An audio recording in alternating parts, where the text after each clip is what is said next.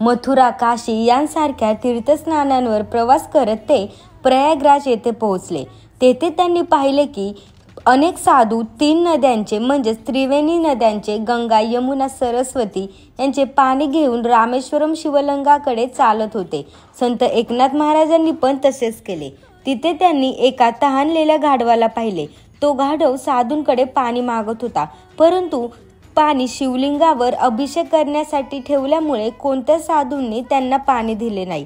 परंतु जेव्हा ते गाढव संत एकनाथांकडे जाऊन पोहोचले तेव्हा संत एकनाथांनी कोणताही विचार न करता त्या गाढवाला पाणी पाजले. त्यांच्यासोबत चालणाऱ्या एका साधूने त्यांना पाहिले आणि अडवण्याचा प्रयत्न केला आणि म्हटले, हे काय करत आहात तुम्ही? संत एकनाथ म्हणाले, श्री रामेश्वरम स्वतः व्यक्तिगत रूप घेऊन मला जल मागण्यासाठी आले होते. मग मी त्यांना नाही कसं म्हटणार? त्यामुळे माझं तीर्थ इथे संपन्न झालं असं